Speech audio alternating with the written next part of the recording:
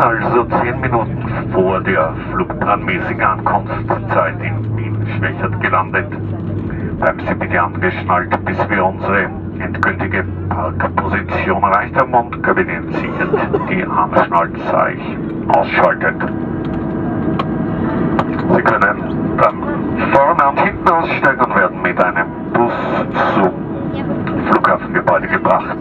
Gäste mit Anschlussflügen mögen sich bitte direkt zum entsprechenden Flugsteig Ihres Weiterfluges begeben. Vielen herzlichen Dank, dass Sie heute Austrian gewählt haben. Wir hoffen, Sie hatten eine angenehme Reise, wünschen Ihnen jetzt einen schönen verbleibenden Ostermontag. Auf Wiedersehen und Servus, sobald an Bord.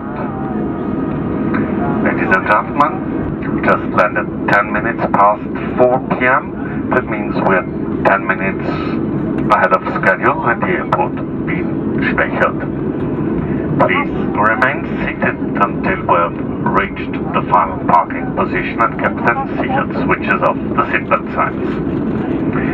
There will be a bus transfer for you from the aircraft to the terminal building. That means you may disembark by the forward and by the rear entrance door. All transit passengers can then go directly to their respective departure gates. Thank you very much for choosing Austrian as your flight company today. We hope you had a good journey.